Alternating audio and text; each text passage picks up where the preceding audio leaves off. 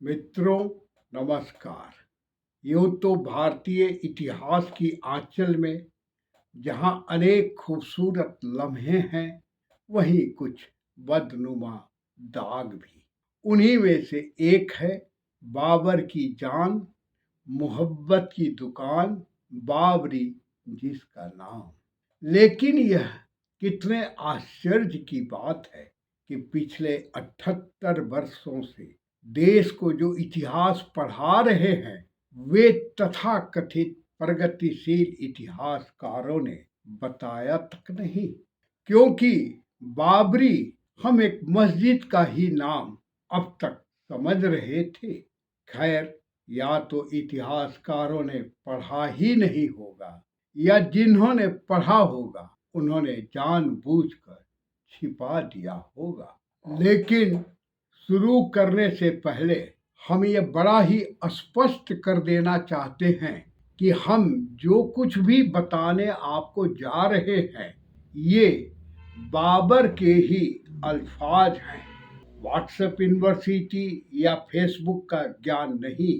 फिर भी आपसे इल्तिमास है कि प्रमाणित इतिहास को बस इतिहास समझ आप लुत्फ उठाते रहें। चलिए चलते हैं मुद्दे पर कि शर्मसार कर देने वाली बातों को बाबर खुद अपने ही बारे में क्यों बताता है। लेकिन उसके पहले मुगल कौन, यह जानना आपके लिए जरूरी है, जिसे इस्लाम के ही मुअज्जज स्कॉलर डॉक्टर रिजवान अहमद से थोड़ा समझिए। क्या है मुगल? जब चंगेज खान 1200 में, जो मुसलमान नहीं था, वो खान से कंफ्यूज ना होइए, मंगोलिया में खान टाइटल होता था नोबल आदमी का। फिर चंगेज खान के चुगाती खान, उनके बेटे के आगे जो वंशज मुसलमान हुए, तो ये टाइटल खान उनकी तरफ चला गया। खान मिडिल ईस्ट या अरब से नहीं आया है, मंगोलिया से आया है। तो खान मुस्लिम सरनेम नहीं हुआ करता था, अभी 1400 तक नहीं हुआ करता था, 1350 तक। ठीक, जब ये सेंट्रल एशिया की तरफ गए, यानी कजाकिस्तान, उज्बेकिस्तान, तुर्कमेनिस्तान, तो वहां जब इन्होंने, वहां पर ये जो लोग थे वहां के खाना बदोश थे, तो जब ये मंगोल उन पे हमला किए और उनको कैप्चर किए, तो वहां कुछ दिन इन लोगों ने आराम फरमाया, मंगोलों ने। अब समझ जाना सुशांत, आराम फरमाया, आराम, वहां कैंपिंग करी। ठीक, वहां से फिर वो लोग मिडिल ईस्ट की तरफ मंगोल चले गए। वहां जाके उन्होंने अरबियों को बहुत मारा, बहुत मारा, बहुत मारा। तो जब वहां पर वो आराम फरमा रहे थे मंगोल, कहां? उज्बेकिस्तान में, कजाकिस्तान के, तुर्कमेनिस्तान में और तजाकिस्तान में, ये पढ़ लेना। तो जब वो आराम फरमा रहे थे, तो उस आराम से एक नस्ल पैदा हुई। तो जो कहा जाता है ना, तैमूर और मंगोल का ब्लड था बाबर में, वो ब्लड कहां से आया ना? उस आराम से। तो ये नस्ल वहां से निकली, जिसको अंग्रेजों ने मुगलों का नाम दे दिया। तो भैया, मैं जो भी हूं, मैं उस आराम का नतीजा नहीं हूं जो मंगोलों ने तुर्कमेनिस्तान और उज्बेकिस्तान में फरमाया था, जहां से एक नस्ल निकली थी, 2 नंबर की नस्ल, 2 नंबर की। फिर भी मुगलों से कोई अपना ताल्लुक कायम करता है, यह उसका मसाइल है। क्योंकि जहां तक हमें मालूम है, भारत के मुसलमानों का ताल्लुक बैतुल मुकद्दस से है, नबी पाक मुस्तफा से है, मुर्शिद ए कामिल चिश्ती की रिवायत से है। लेकिन विदेश से यहाँ आक्रमण करने आए कबीलाई, चगताई, तातार या तातर, जिन्हें अंग्रेजों ने मुगल कहा है, उनसे तो कतई नहीं। अब बाबरी कौन, आइए डॉक्टर रिजवान अहमद से ही थोड़ा समझिए। मुगलों के वंशज, बाबर को लड़कों का बहुत शौक था। बाबरी जानते हो कौन था? बाबरी 14 साल का लड़का था, जिसे बाबर काबुल से खरीद के यहां लाया था, जो बैटल ऑफ पानीपत में मारा गया था। और बाबर ने वादा किया था, तुम्हारे नाम से एक मस्जिद बनवाऊंगा। यह है तुम्हारी हिस्ट्री। अब डॉक्टर रिजवान नेशनल टीवी पर हैरान कर देने वाले जिन बातों को बता रहे हैं, वह सही है या गलत, यह जानने का प्रयास हम यहाँ करते हैं। बाबर की तुर्की भाषा में लिखित डायरी का अनुवाद उसकी मृत्यु के 60 वर्ष पश्चात बादशाह अकबर के आदेश पर अब्दुल रहीम ने किया था। और बादशाह अकबर ने इतने बड़े पैमाने पर अपने दादा बाबर की हस्तलिखित डायरी में तब्दीली करवाई, एडिटिंग करवाई, ताकि बाबर को अयोध्या में निर्दोष सिद्ध किया जा सके। प्रमाण हमने अपने पिछले वीडियो एपिसोड नंबर 9 में दिए हैं, जिसे हम बुद्धिजीवी जिहाद कहते हैं। लेकिन एक बात हम ये समझ नहीं पा रहे हैं कि जब बाबर की डायरी के अंदर बादशाह अकबर ने, जहांगीर ने इतने बड़े पैमाने पे एडिटिंग करवाई, तो फिर शर्मसार कर देने वाली बाबर की इन तथ्यों को डायरी के पन्नों से क्यों नहीं हटवाया। लेकिन जो काम बाबर, अकबर, हुमायूं नहीं कर सके, शर्मसार कर देने वाली इन बातों को हटाने के लिए डायरी के पन्नों से, वो काम भारत के तथाकथित प्रगतिशील इतिहासकारों ने कर दिया। पूरी शिद्दत से जद्दोजहद की, 70 साल तक बाबर की जीवनी पढ़ाई गई, लेकिन इस बात को, इस घटना को नहीं बताया, पाठ्यक्रमों में शामिल नहीं किया, इतिहास के पन्नों से गायब कर दिया। खैर, बाबर लिखता क्या है जरा देखिए। अपनी जीवन की सभी महत्वपूर्ण घटनाओं, यहाँ तक कि कुकर्मों को भी बड़ी बेबाकी से लिखने वाले बाबर ने अपनी डायरी में 8 अगस्त 1499 से लेकर 28 जुलाई 1500 के बीच हुए अपने समलैंगिक संबंधों के बारे में बड़े दिल खोल कर लिखता है कि पहली पत्नी आयशा से वह 15-20 दिन के अंदर एक बार मिला करता था, लेकिन मेरी पहली इच्छा ही अधूरी रह जाती थी।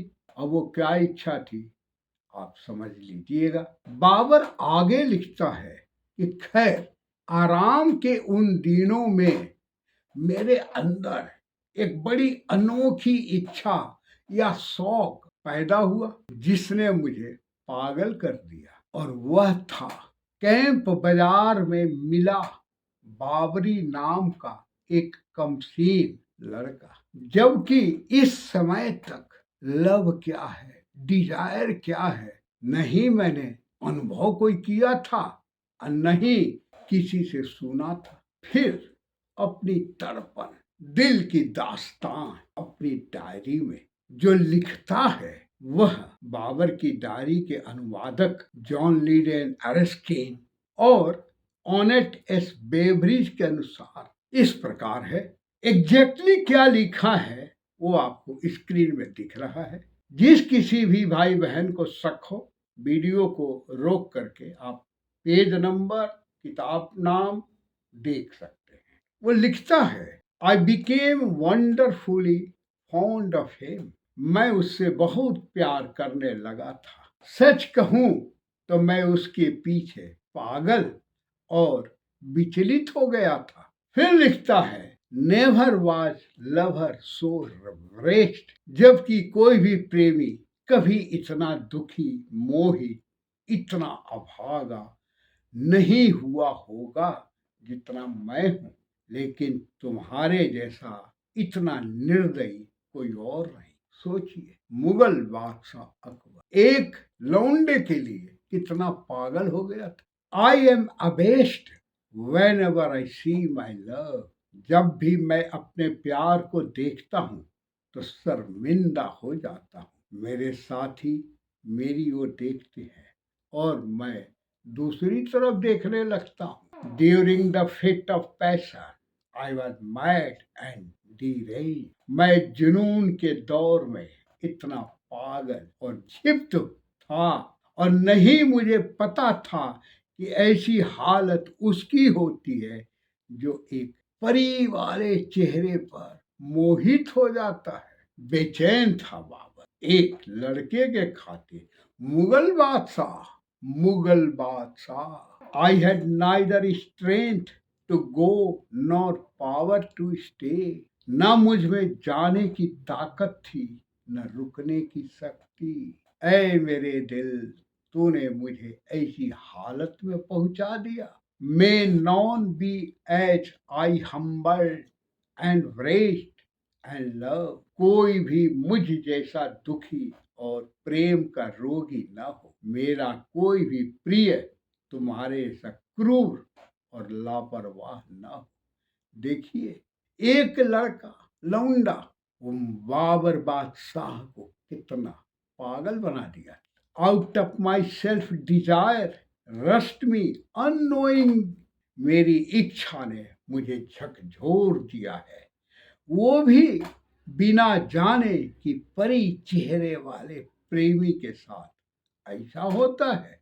Nor power to go was mine, nor power to stay.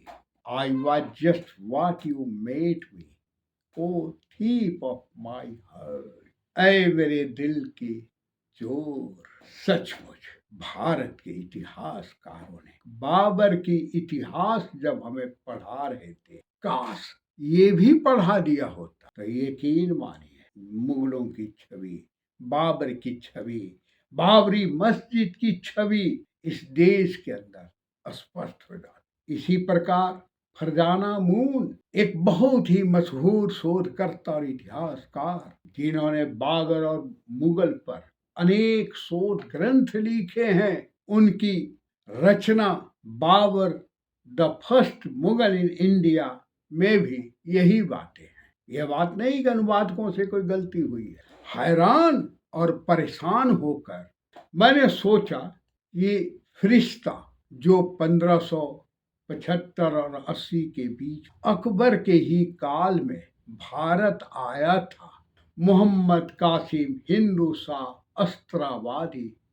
उर्फ फरिश्ता की प्रसिद्ध रचना तारीखे फरिश्ता या गुलशन ए इब्राहिमी में क्या लिखा है, थोड़ा मैं जानूं। फरिश्ता बाबर की एक नज्म का अनुवाद करता है। लिखता है कि बाबर ने लिखा है, एक बार अपनी गार्डन में स्थित पोखर तालाब को शराब से उसने भर दिया। फिर मदहोश होकर लिखा, give me but wine and blooming maids. मुझे सिर्फ शराब और कमसीन खिली खिली लड़कियां दे दो, बाकी सारी खुशियां मैं ठुकरा देता हूँ। जब तक हो सके उनका मजा लो बाबर, क्योंकि बीता हुआ यौवन कभी वापस नहीं आता।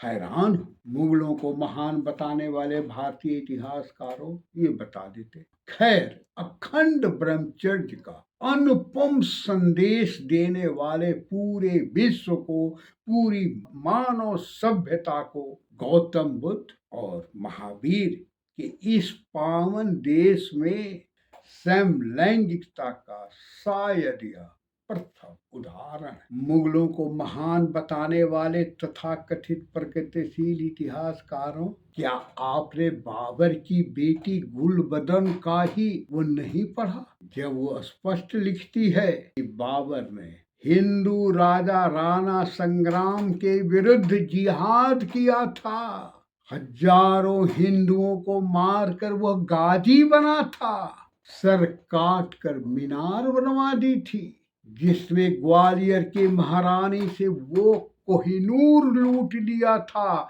जिसकी कीमत के बदौलत 3 से 4 दिन तक उस वक्त के पूरे हिंदुस्तान को 2-3 दिन तक खाना खिलाया जा सकता था। तो मैं सुबोध गुप्ता भारत के इन प्रगतिशील इतिहासकारों से पूछना चाहता हूँ कि आप बाबर को हत्यारा, लुटेरा, आक्रमणकारी क्या नहीं मानते? और क्यों नहीं मानते? बारे इतिहास को लाने वाले इतिहासकारों, आपकी पोल खोलूंगा अपनी अगली वीडियो में। लेकिन यह देश का उतना ही दुर्भाग्य है कि जो पिछले 70 सालों से हमें भरोसा दे रहे थे कि वक्त आते ही देश का वास्तविक इतिहास वो राष्ट्र के सामने प्रमाणों के आधार पर रख देंगे, उनको जब देश ने मौका दिया तो इतिहास क्या सुधारेंगे, अपना भूगोल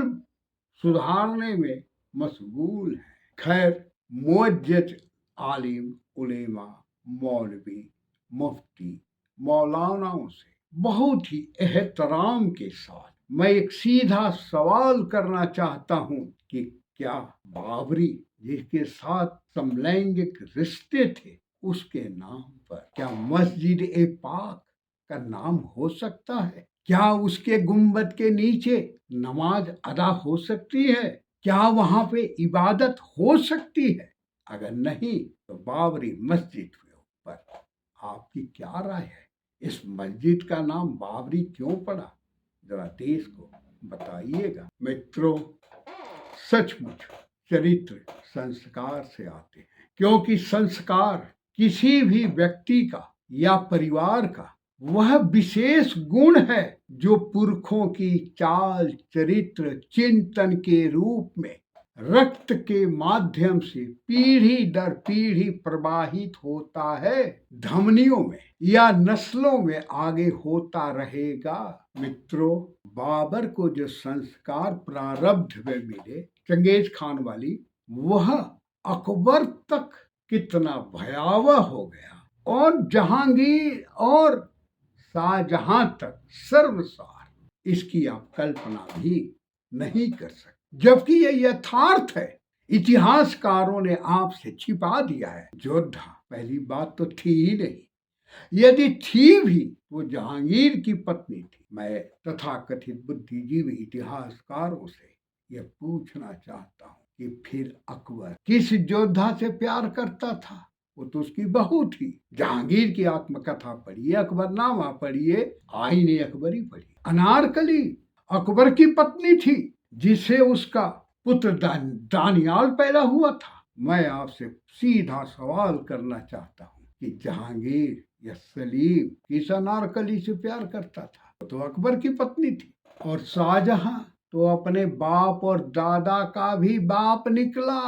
बहू माँ रिश्ता तो छोड़ दीजिए, ये अपनी बेटी के साथ ही उसके वो संबंध थे जो किसी भी देश की, किसी भी काल की, कोई भी सभ्यता, कोई भी संस्कृति, कोई भी धर्म में स्वीकार नहीं। इतिहासकारों ने भारत के हमें और आपसे इस तथ्य को छिपा लिया और मुगल महान कहते रहे, ये रटते रहे। भारत के इतिहासकारों ने शाहजहां को प्रेम का देवता बना दिया, जबकि उसके बेटी के साथ संबंध थे। मुगल हरम का नंगा सच प्रमाण के साथ with facts and figures unchallenged देखिएगा हमारी वीडियो एपिसोड नंबर 1, 2, 3। मुगलों की आत्मकथाओं में जो तथ्य हैं, आप उनको महान कैसे कह सकते हैं? वो तो मोमिन सच्चा मुसलमान भी कहलाने के लायक